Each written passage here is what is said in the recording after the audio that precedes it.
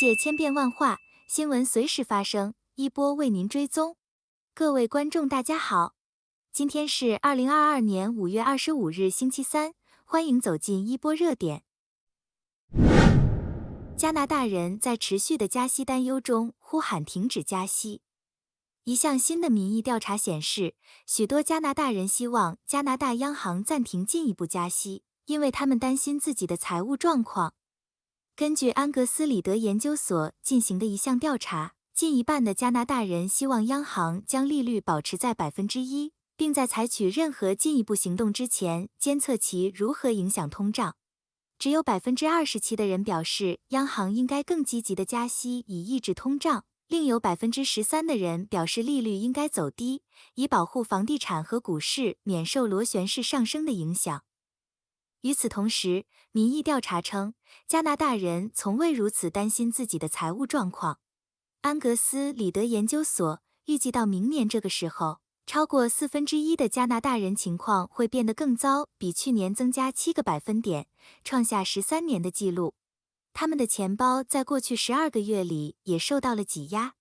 36%的人表示，与去年相比，他们的财务困境更严重，为2010年以来的最高水平。随着4月份通胀率上升至6.8%，加上供应链问题，将汽油和食品价格推高至令人瞠目结舌的水平，人们正感受到压力。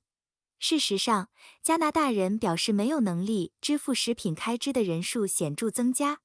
几乎50%的民众表示很难养家糊口，3年前，这一数字为36%。随着利率上升，加拿大人也开始担心这对他们的抵押贷款和债务支付的影响。几乎1/5的人表示，他们非常担心他们所背负的债务。反之，人们正试图停止更多的支出，并表示他们将减少外出就餐，取消流媒体服务，减少驾驶，甚至改变饮食以节省各种开支。这可能预示着经济未来会更惨淡。对房地产市场的担忧也加剧了财务担忧，特别是因为许多人因疫情被困在家中。根据加拿大房地产协会的数据，利率上升已开始冷却房地产市场。4月份房屋基准价格从3月份下跌6.3%至74.6万加元，这让人们希望保持利率不变，甚至降低利率。关于加拿大央行应该如何处理利率的意见似乎在政治上存在分歧。调查称，17%的保守党选民认为利率应该下降，相比之下，认为利率应该下降的自由党选民和新民主党选民的比例仅为9%，这是两派选民对利率下降存在的分歧。其中，保守党选民往往是人口老龄化的男性，他们更容易感触到市场脉搏，更倾向于看到利率下降，他们可以更好地吸收相对于低收入家庭的生活成本增长，同时更担心加息对股票或住房市场的影响。5月25日最新新冠大流行动态。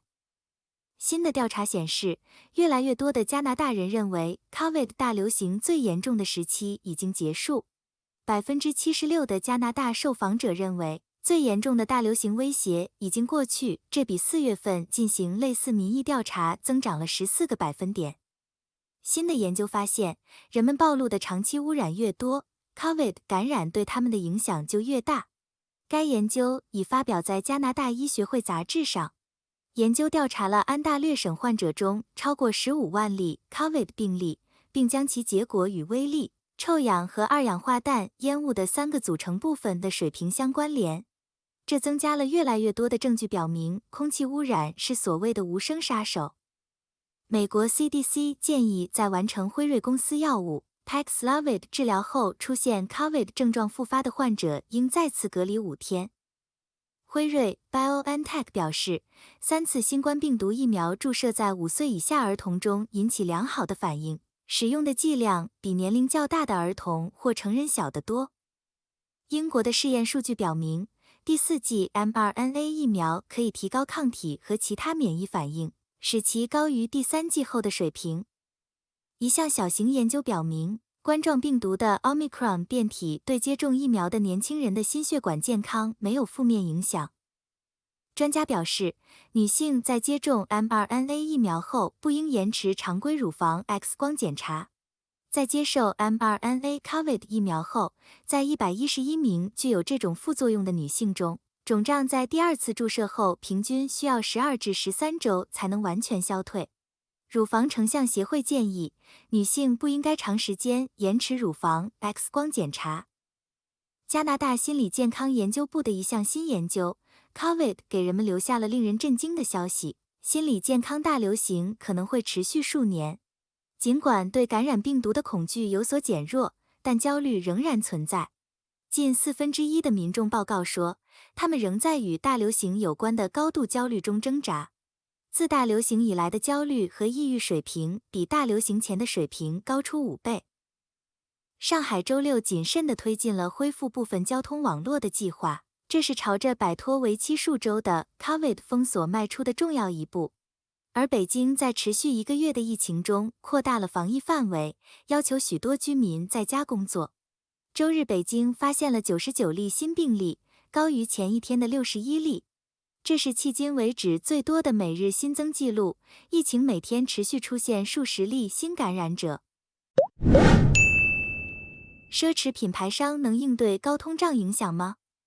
Nordstrom 和 Ralph Lauren 的乐观利润预测强调了高端连锁店在通货膨胀环境中相对于更广泛的美国零售业的优势，这要归功于其客户群的雄厚财力。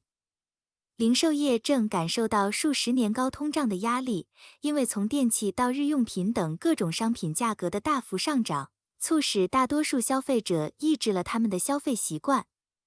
在过去的几周里，包括 Walmart 和 Target 在内的主要零售连锁店报告称，由于货运和劳动力成本飙升，其季度利润急剧下降。然而，他们的奢侈品同行避免了通货膨胀的打击。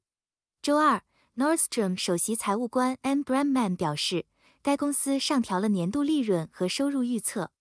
Ralph Lauren 也预测全年销售利润率高于预期，称他们的消费者有弹性。而高级羽绒服制造商 Canada Goose 表示，消费者信心依然强劲。但对于那些迎合不太富裕人群的零售商来说，40年高通胀的影响在截至4月的季度报表中更加明显。从 Target 到 P&G 公司以前能够成功地将更高的运费和劳动力成本转嫁给消费者，然而现在情况发生了变化。根据汽车俱乐部 AAA 的数据，最新的消费者价格指数每年上涨 8.3%， 而汽油价格比1年前高出 50% 以上。消费者行为的变化迫使零售商提供更多的促销和折扣，而奢侈品公司继续以全价销售他们的产品。Coach 老板 Tapestry 和 Ralph Lauren 的高管表示，他们有足够的空间来提高价格，而不会受到更富裕客户群的强烈抵制。包括香奈儿和巴宝莉在内的欧洲奢侈品牌报告称，价格上涨对消费者需求的影响很小。看来，对于那些面向高收入群体的奢侈品牌供应商来说，在当今的大流行和高通胀环境中，不是活不活得过去的问题，而是怎样活得更好的问题。反观，一个严酷的社会现实是劳动群体在恶劣的经济环境中会更关注自我生存的问题，而富裕阶层会更趋向挖掘更多的赚钱机会，真是水火两重天呀。拜登能在炫酷的亚洲之行后成为真命天子吗？拜登在为期5天的东北亚摇摆中实现了一系列令人难以置信的政策目标。也许最重要的是，他否定了他的前任遗产，与朝鲜的金正恩将不再若即若离。特朗普在近4年前在新加坡举行峰会后，声称与朝鲜领导人金正恩已经坠入爱河。这只是一场虚幻的折腾，拜登清楚自己心里的目标中哪一个更重要。他与韩国新总统尹淑妍达成了理解，因为他恢复了联合军事演习，特朗普取消了这些演习。然而，金正恩在峰会后几个小时的导弹光芒中给予了拜登一个意外的奖赏。自2019年以来，美国人和韩国人玩着规划好的电脑游戏，但它替代不了真正的部队行动。但就联合战争游戏达成协议，只是拜登访问首尔的一个红利。当拜登到达东京时，他试图缓和日本首相岸田文雄对美国在台湾问题上与中国发生冲突时所持的怀疑。对日本来说，中国攻击这个距离中国海岸100英里的岛屿省份，将呈现出闪亮的利刃直刺日本的咽喉，并从接管台湾附近水域的钓鱼岛开始。拜登对承认一个中国政策，根据该政策，美国承认台湾是中国的一个省没有异议。但他表示，如果中国军事攻击，美国将继续忠于其对台湾的承诺，并加入其防御。他的算盘是中国不会发动一场类似于乌克兰的激烈战争，显然他的军事顾问会提醒他，台湾没有像乌克兰一样有着广袤的防御纵深和宽阔可提供补给的陆地边界。在台湾问题上，美国长期以来一直奉行的战略模糊政策，台湾正在购买大量的美国军事装备，也是美国的长期利益。从经济上来考量，可能是拜登此行的真正核心。正如东京颁布的印太经济框架一样，包括美国在内的13个国家承诺参与其中。然而，实际的陈述是长篇大论、花哨的语言，具体细节也很少。最重要的是，各国将如何或是否努力实现公平和有弹性的贸易、供应链弹性、基础设施和清洁能源等崇高目标，同时改革税收和治理腐败。仿佛是为了以更令人难以置信的高调完成他的使命，拜登在最后一天召集了所谓的四方的领导人，澳大利亚、印度、日本和美国。四方显然是一个反华集团，这4国似乎同意需要对抗中国。